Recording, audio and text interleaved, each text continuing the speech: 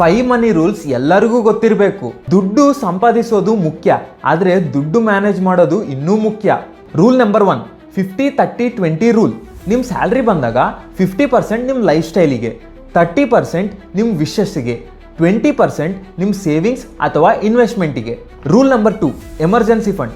ಯಾವಾಗ ಏನು ಪ್ರಾಬ್ಲಮ್ ಬರುತ್ತೋ ಗೊತ್ತಿಲ್ಲ, ಅದಕ್ಕೆ ನಾವು 6 ಮಂತ್ಸ್ ಅಷ್ಟು ಎಕ್ಸ್ಪೆನ್ಸಸ್ನ ನಾವು ದುಡ್ಡನ್ನ ಸೈಡಲ್ಲಿ ಇಟ್ಕೋಬೇಕು. Rule number 3, credit card rule. ನೀವು ಕ್ರೆಡಿಟ್ ಕಾರ್ಡ್ ಯೂಸ್ ಮಾಡ್ತಿದ್ದೀರಾ, ಕ್ರೆಡಿಟ್ ಕಾರ್ಡ್ ಯೂಸ್ ಮಾಡಿದ್ರೆ 30% ಕನ್ನ ಲಿಮಿಟ್ ಜಾಸ್ತಿ ಯೂಸ್ ಮಾಡಬೇಡಿ, ಅದು ಸಿಬಿಲ್ ಸ್ಕೋರಿಗೆ ಒಳ್ಳೇದಲ್ಲ. Rule number 4, loan rule.